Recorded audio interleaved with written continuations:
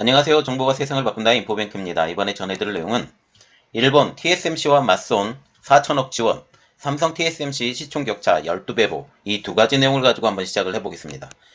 여러분의 구독, 좋아요 한 번씩 눌러주시고 이야기 시작을 해보겠습니다.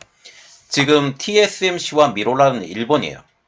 여기에 일본이 4천억 원가량을 TSMC 투자 프로젝트를 승인을 했고 이것을 통해서 일본 반도체의 생태계를 키운다라는 거죠. 결국은 지금 일본과 TSMC가 손을 맞잡고 반도체 생태계를 키우기 위해서 일본이 엄청나게 노력을 하고 있다. 이것을 통해서 이제는 일본의 반도체를 키워 이 삼성 TSMC 입장으로는 삼성전자를 뿌리칠 수 있다라는 내용까지 한번 해보겠습니다. 일본 정부가 4천억 원가량의 대만 반도체 TSMC 투자 프로젝트를 승인을 했죠. 이는 반도체를 매개로 일본과 대만의 밀월 관계가 깊어지고 있다는 평가가 나오는 이유입니다. 요미우리 신문에 따르면 1일날 일본 경제산업성이 전날 세계 최대 반도체 파운드리 업체인 대만의 TSMC에 약 190억엔, 하나로 약 2천억 원가량의 보조금을 지원한다라고 지금 보도를 했어요.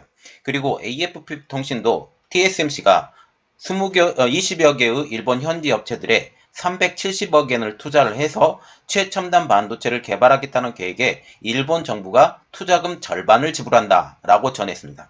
여기서 보는 것은 TSMC에 직접 지원하는 보조금이 190억엔, 그리고 일본 현지 업체들과 지금 개발 계획에 투자하는 금액 절반이 일본 정부에서 나간다. 이 두 가지 내용이에요. 여기서 주요 관전 포인트.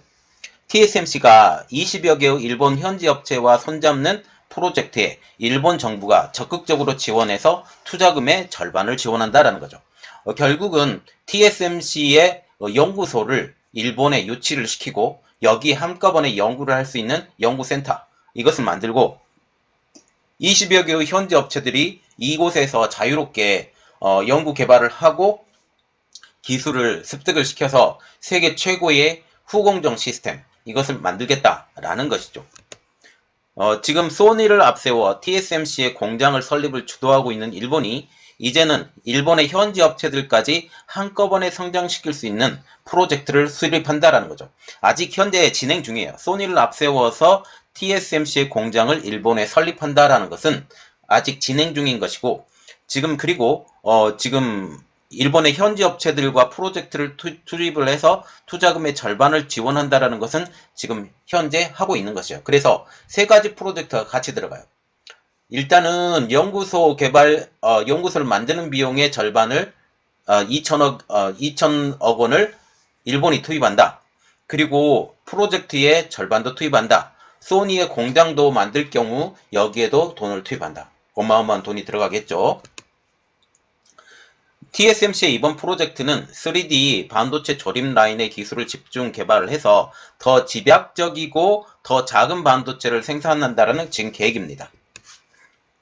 여기에 덧붙여서 TSMC가 일본의 지원을 받아서 도쿄 인근 스쿠바시 소재 선진산업과학기술 국가연구소의 연구센터가 지어질 예정이에요. 이 프로젝트는 작년부터 계속 진행되어 왔습니다. 미중 무역 전쟁으로 입지가 불안해진 TSMC를 끌어들여서 지금 자국의 소재, 장비, 부품, 소장부라 그러죠. 이 업체를 지금 부양하려고 하는 의도인 것이죠. 당시 일본 경제산업성이 유치 활동을 벌였던 기업은 삼성전자, 인텔, TSMC였어요.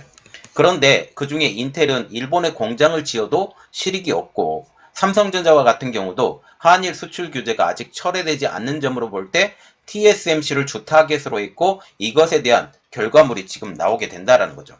여기에 TSMC는 이미 2019년 11월 달에 도쿄대와 공동연구소를 설립을 하면서 일본과의 협력을 이어나가고 있기 때문입니다. 또한 SK 하이닉스도 마찬가지로 일본의 대학과 협력 관계를 하고 연구소를 만들지만 지금 SK 하이닉스와 같은 경우는 일본에 뭐 좋은 것이 없죠.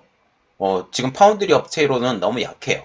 약해서 지금 보고 있는 업체가 인텔, 삼성전자, 지금 TSMC였는데 인텔 안 되고 삼성 안 되고 그래서 TSMC를 선택을 한 거죠.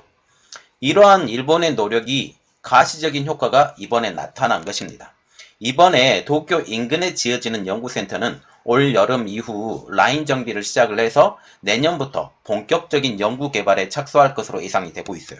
특히 눈여겨봐야 될 내용은 반도체 성능을 좌우할 수 있는 후공정 부분에 주력한다라는 것입니다.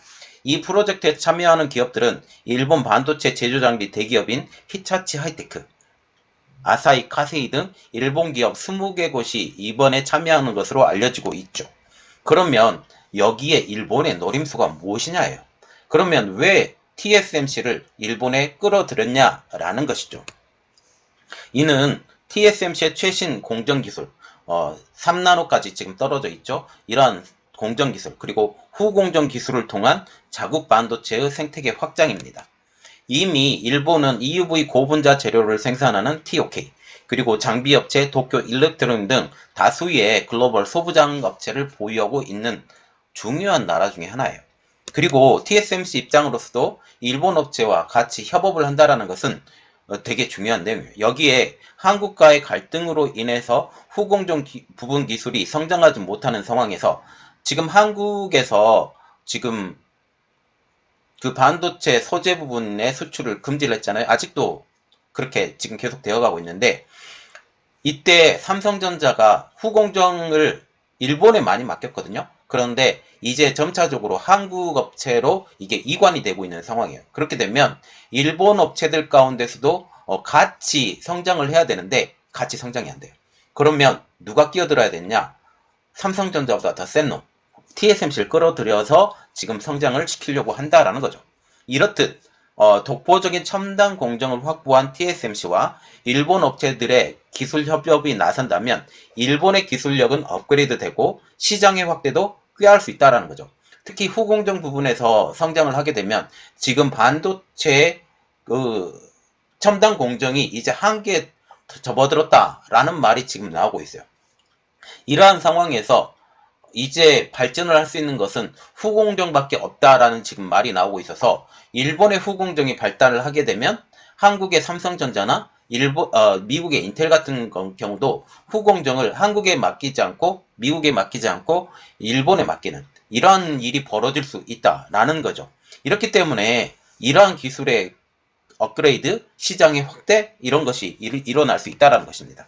아울러 TSMC의 유치를 통해서 일본의 강소 팹리스 업체들에게도 기회가 될 것이다. 특히 연구센터가 들어오기 때문에 같이 연구하면서 이 IP를 많이 갖고 있거든요. TSMC가 이 IP를 많이 갖고 있어서 이것을 공개하면서 이것을 이용한 그 새로운 그 제품을 개발하는 팹리스 업체들에게도 기회가 될 수 있다는 것을 알 수 있기 때문에 일본 정부 입장으로서도 더 좋은 반도체를 만들어낼 수 있는 좋은 계기가 되기 때문에 이것을 적극적으로 추진을 하게 된 것이죠.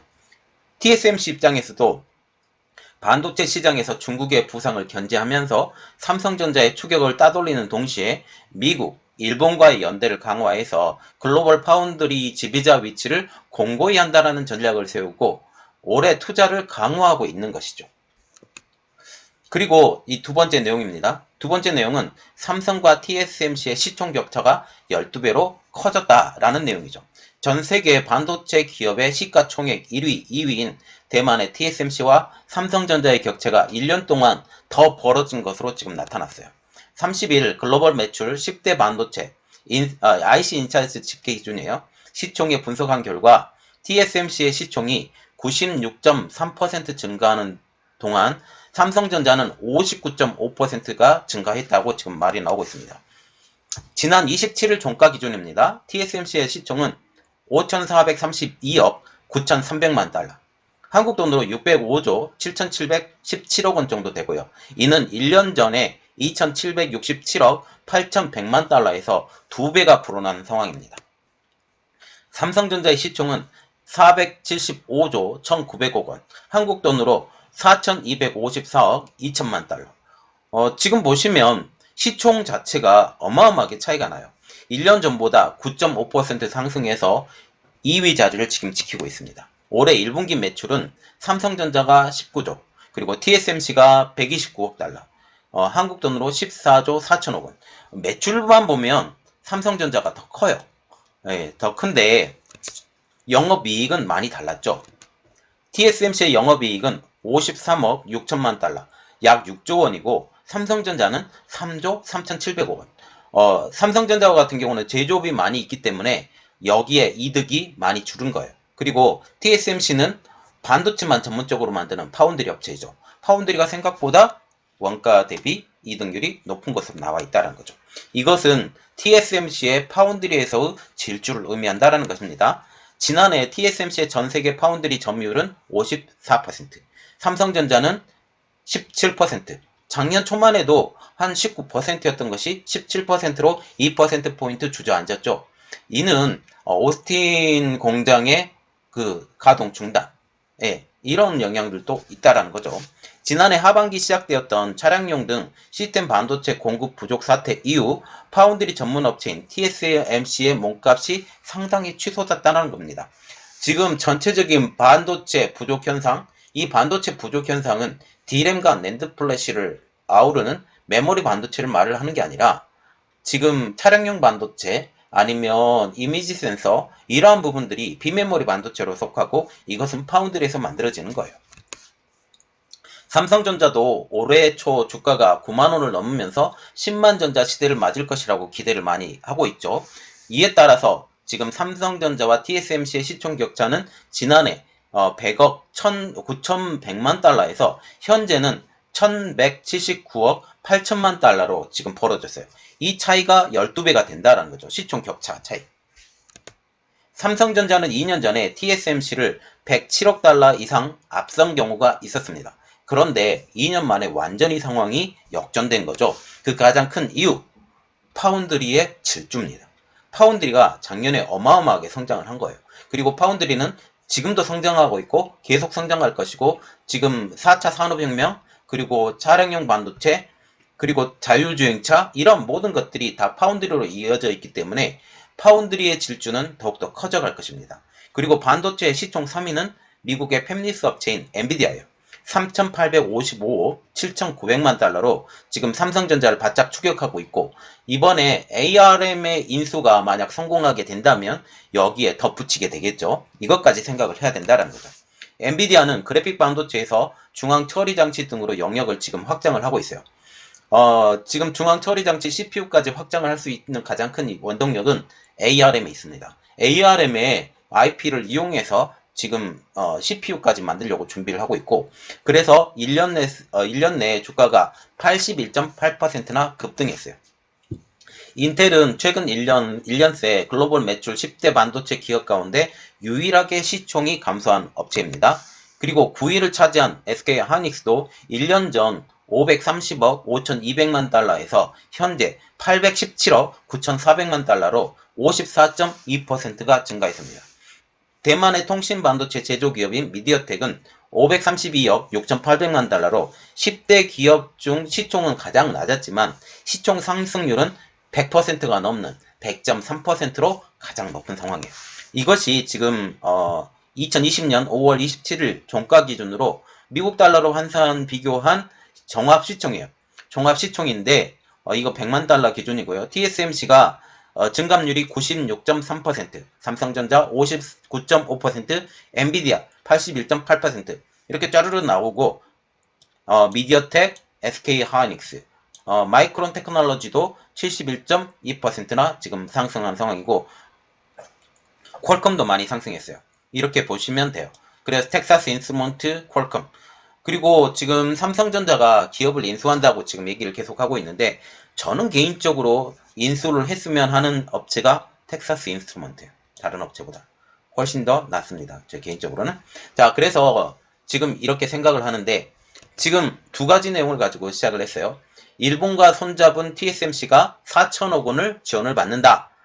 그리고 이것을 통해서 일본의 반도체 생태계를 키워버린다. 라는 내용과 지금 1년 새 삼성과 TSMC 시총 차이가 12배나 늘었다. 이것은 파운드리의 질주 이것을 보시면 되겠습니다. 이번 내용은 여기까지였고요. 저희 내용이 여러분에게 도움이 되셨다라고 생각을 하시면 구독과 좋아요 그리고 알람 설정까지 부탁드리겠습니다. 감사합니다.